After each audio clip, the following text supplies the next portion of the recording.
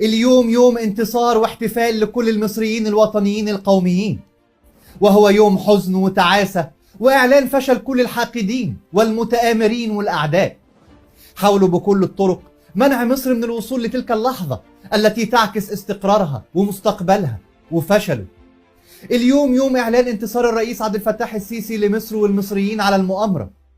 انتصار الرجل الذي لا يظهر في تاريخ الأمة إلا مرة كل 100 عام، قاهر الربيع العربي ومحرر مصر من غزو الأخوان، مارشال القومية المصرية ومشير العرب، مؤسس الجمهورية المصرية الجديدة، قائد ثورة البناء والتعمير والتطوير والتشغيل، مؤسس شخصية مصر الحديثة، صانع مصر القرن 21.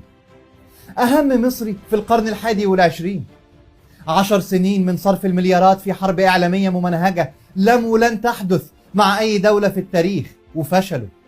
10 سنين من تجيش العملاء والغوغاء والمغيبين ضد الدولة المصرية، وفشلوا. توطين الإرهاب فيها أو على حدودها، فشل. تفخيخ الانتخابات الرئاسية، فشل. مخطط الحصار الاقتصادي غير المعلن لمصر، فشل. استغلال الأزمة الاقتصادية الدولية وتصويرها إنها أزمة داخلية، فشل. محاولة سرقة ثروتها في المتوسط، فشل. التوطين والتهجير والوطن البديل في سيناء، فشل. تعليق الملاحة البحرية في البحر الأحمر وقناة السويس، فشل.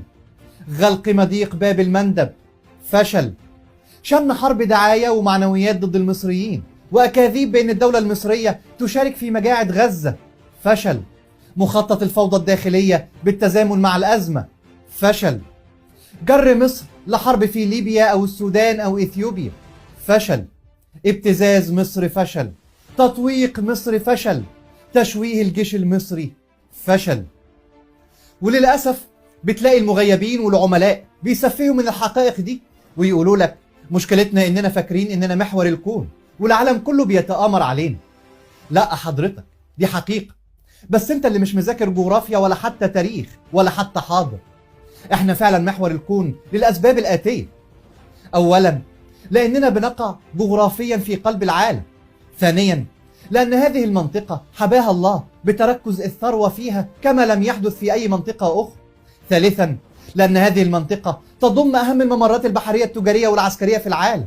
رابعا، لأن مصر بها مقومات حضارية وبشرية وتاريخية تؤهلها للاتحاد مع محيطها، ولو حصل هتكون أقوى إمبراطورية في العالم تهدد كل الأطراف التي تهيمن عليه. ومن هنا أصبح هناك عقيدة في الغرب بتقول إذا أردت أن تهيمن على العالم فهيمن أولا على الشرق الأوسط وقلبه مصر.